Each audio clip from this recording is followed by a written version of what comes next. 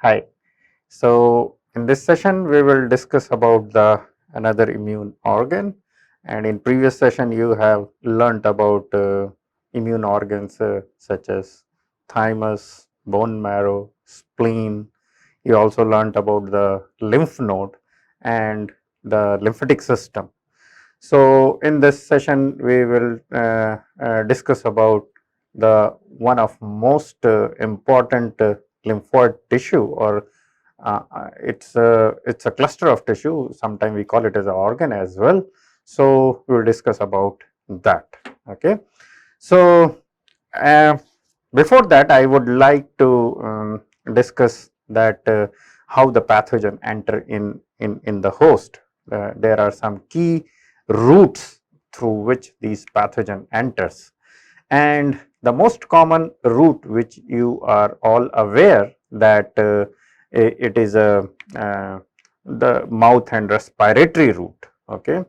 So through this route there are so many infection is caused to the host, and that results to the various complicated diseases, right. So for example, you understand that there is a rotavirus infection which is quite common in kids or in young infants, right. So this is a one of example. This basically infect the host through this mouth or oral route, and there are several other infection like bacterial infection. You may know that salmonella infection. So all those things are basically enter through the mouth. And there are also gastrointestinal tract, and this gastrointestinal tract is also one of the important route for the infection of various pathogen. It also includes various kind of bacteria, virus, as well as parasites. You may aware about that. Another route is the most important route is urogenital tract in both female and male, and this is a one of the very key route for the entry of pathogen. Okay. And there are some very dangerous disease, for example AIDS, okay, acquired immunodeficiency syndrome, which is caused by virus.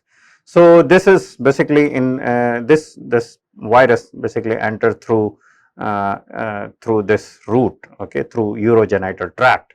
This is a one of route. Of course there is another route. If the individual receives some contaminated blood or infected needle, then that will cause this disease.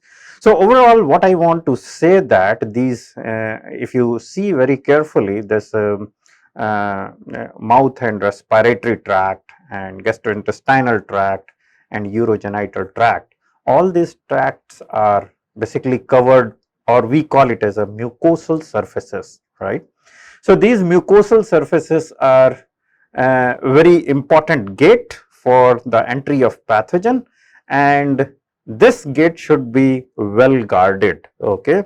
And the nature made it like that. So we have a huge surfaces, huge mucosal surfaces, and these mucosal surfaces are very important, and it should be well guarded by the against the pathogen, okay. Otherwise that will cause the havoc.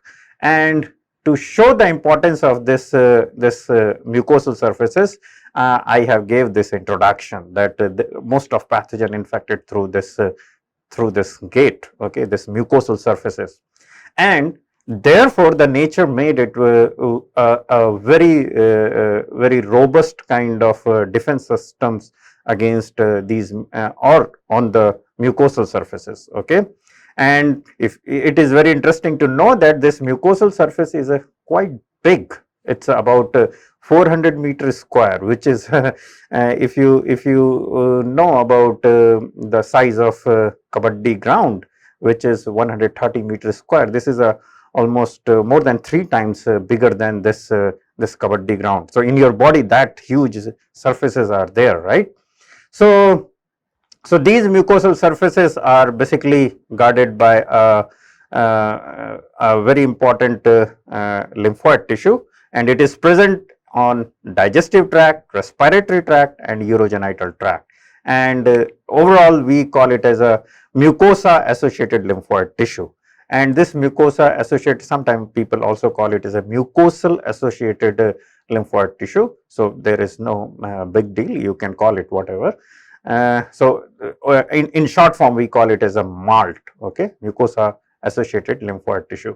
So now we will look at how this mucosal associated lymphoid tissue is basically work. And when we talk about the gut system, then we call it as a gut associated lymphoid tissue, okay. So we will take up this structure. Basically they are a mass of tissue, and this mass of tissue is I will not say precisely like a lymph node, but it is a very small level of lymph node, okay, but not lymph node. They don't have a perfect afferent and efferent lymphatic vessels and all those things, but this is a mass of tissue where there is a presence of this primary follicle, secondary follicle, or germinal centers are also there if needed, okay. So let's look at this mucosal associated lymphoid tissue. So this is a one of section of the epithelial lining of intestine. Here you can see that there is a one unique cell which we call it as a M cell. I will tell you what is the M cell in a short while, and this M cell is playing a very important role in mucosal surfaces, okay. You can imagine that the food which you are taking, it is a mixture of complex thing, right? Complex biomolecules. You can understand lipid, carbohydrate, proteins, okay, and there are a lot of flavonoid, alkaloids, and all those things. And if there is some pathogen, then this pathogen will be selectively sensed, transported, and then there will be a development of appropriate immune response. But there is no immune response against the food. So in normal situation, in some individual there is some immune response against some food molecule. Probably you might have noted that there are some individuals who are sensitized with some protein such as gluten or egg white protein, okay. So those are different cases, okay. Here I am talking about the normal immune system. So if the food is consist of all this thing along, and if it has some pathogen, then this will be transported to the right place, that is mucosal associated lymphoid tissue, and then there will be a development of immune response. So this mucous membrane is the most common pathogen entry, as I have explained you, and gastrointestinal tract is one of very common passage through which this pathogen can make entry and cause disease. And there is a structure known as lamina propria, which is just below the epithelium, and basically this is all immune active places, this lamina propria. And there is one more structure which will come probably next in the slide, which we call it as a Peyer's patch, okay. And this lamina propria is an immune active area, and this is consist of, as you can see, this is a macrophage, consists of macrophages, B cells, and T cells, okay. So this is basically a guarding against the infection, and M cell plays a very important role in taking the sample or transporting the pathogen or antigen or some immune cell across the lining, okay. And how it is basically taking place, I will show you. Besides this, there are several other mucosal associated lymphoid tissue. These are tonsils, appendix, and one more structure will become that is a Peyer's patch, okay. Now let's look at how this M cell works. So there is one phenomena which probably you have you have not studied. You probably have studied the phagocytosis, okay, and you have studied the pinocytosis, okay. So this is M cell is basically involved in transcytosis. And what is transcytosis? It's a very interesting phenomena. So here you can see, don't look or don't care about all the labeling. Here you just focus on the cargo, which is basically present at apical side on top, you can see, and this cargo is basically taken up by the cell, and then this cargo is delivered on another side of the cell, okay.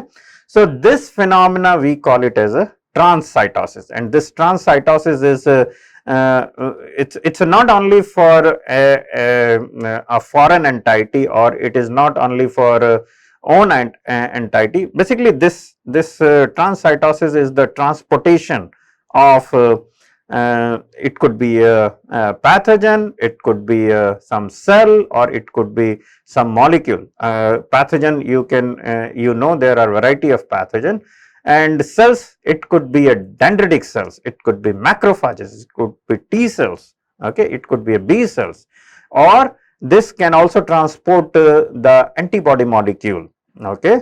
There is a one class of antibody molecule which we call it as a IgA. This IgA is present in huge amount on the mucosal surfaces, okay. So this IgA is also transported through transcytosis, okay. We'll take up this thing when we will discuss about the antibodies, okay. So here I gave the concept of transcytosis. Now we can move on to the mucosal associated lymphoid tissue or gut associated lymphoid tissue.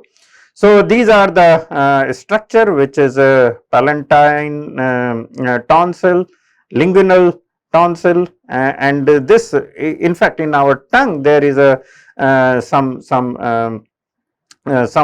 places are there where this immune activity is going on, and if you see this linguinal tonsil, there is a lymphoid tissue. There is some B cell and T cell or immune active areas are there, even in our tongue or just behind the tongue, okay. So another is here you can see that there is a pharyngeal tonsil, okay. This pharyngeal tonsil is also consists of variety of immune cell. So this is a another very important muco or gut associated lymphoid tissue, okay. There is a appendix which is this appendix is also playing a very important role in defense, because they are harboring all these immune cell. And if you remember my previous session, in that session I have explained, in some animals like rabbit, the appendix is playing a very important role in defense. They somehow take over the bone marrow, okay. So in human also this appendix is playing a very important role, okay. Here I have told you there is a another very important lymphoid or gut associated lymphoid tissue, that is Peyer's patch, and this Peyer's patch is one of very important lymphoid tissue. And here you can see that there are a germinal center, there are primary follicles, and there are secondary follicle, which we call it as a germinal center, which is an active form of primary follicle. So all these structures are present in our gut, okay. So throughout the gut all these things are there, and there are some specialized sensors are also there in the gut, which sense the pathogen, and then they elicitate appropriate immune response. That is a very important field, because so this mucosal immunology, here I just want to give a note that this mucosal immunology field is a very promising and very hot field. Here you can understand that this pathogen, because as I have explained you, the food and there is a pathogen, but food is also foreign material, but our immune system doesn't react. So this is a very interesting, right? But it reacts with the pathogen. So there is a very fine balance between tolerance and immune response. Okay, so it's a very delicate balance, right? So this delicate balance is maintained in the gut system, and there are variety of cells which suppresses the immunity, some are activating the immunity.